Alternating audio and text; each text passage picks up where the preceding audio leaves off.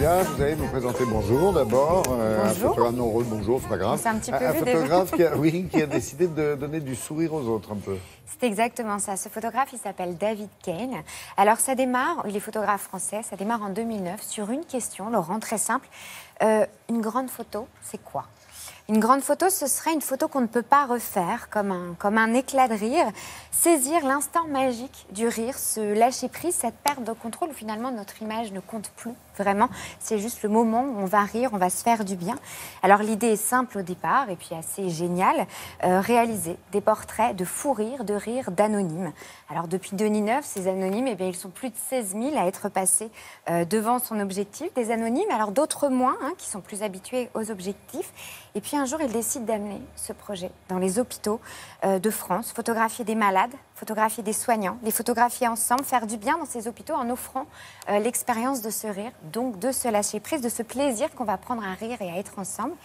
Et de ces séances photos, évidemment, on va sortir de gigantesques fresques qui sont exposées à leur tour dans les couloirs de ces établissements en souvenir de cette parenthèse enchantée, de cette parenthèse insolite.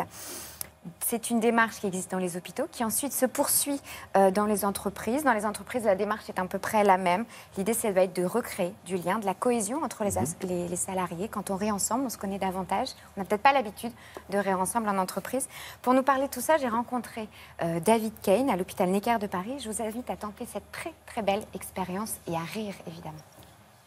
Get hot, get too close to the flame. Wild open space.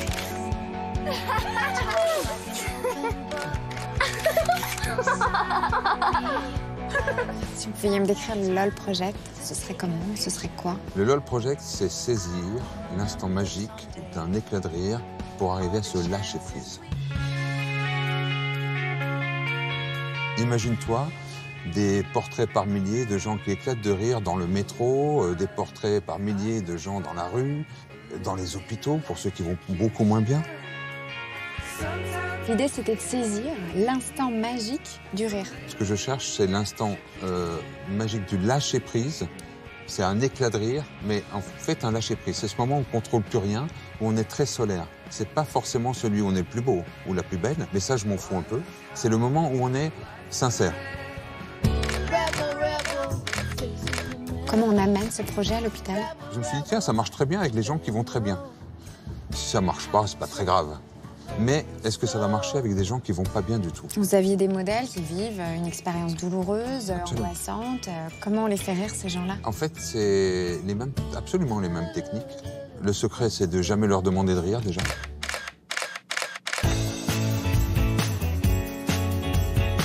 Vous avez vécu l'expérience LOL Project? Tout à fait. Alors, cette expérience, je me rappelle le premier jour, on se disait comment je vais sourire, parce que tout le monde sait sourire. Mais sourire, il faut prendre un sourire intelligent, un sourire bête, comme on dit. Donc le matin, je répétais, je dis comment je vais sourire. Puis en fin de compte, quand on s'est retrouvé avec David, on oublie tout ça, parce que c'est David qui prend les clés et qui vous emmène sur un chemin.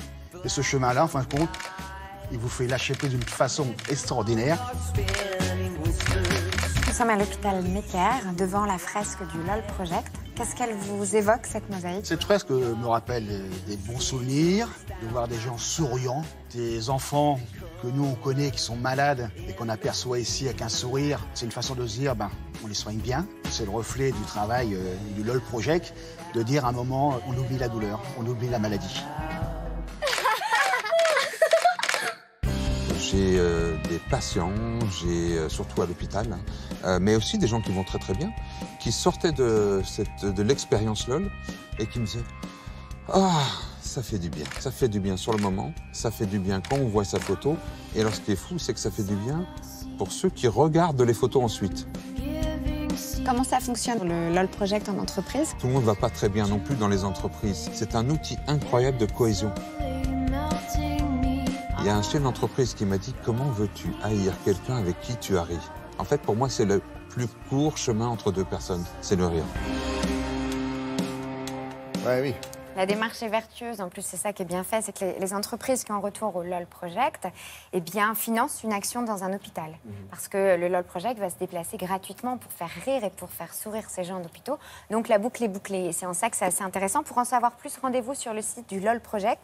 Alors vous sourirez évidemment Forcément. en voyant les nombreuses photos. Puis si vous souhaitez donner un petit coup de pouce à cette belle aventure, allez sur le site ou sinon regardez, vous pouvez acheter le livre LOL, tout ça, et reverser évidemment au projet pour qu'il continue à agir dans les hôpitaux notamment.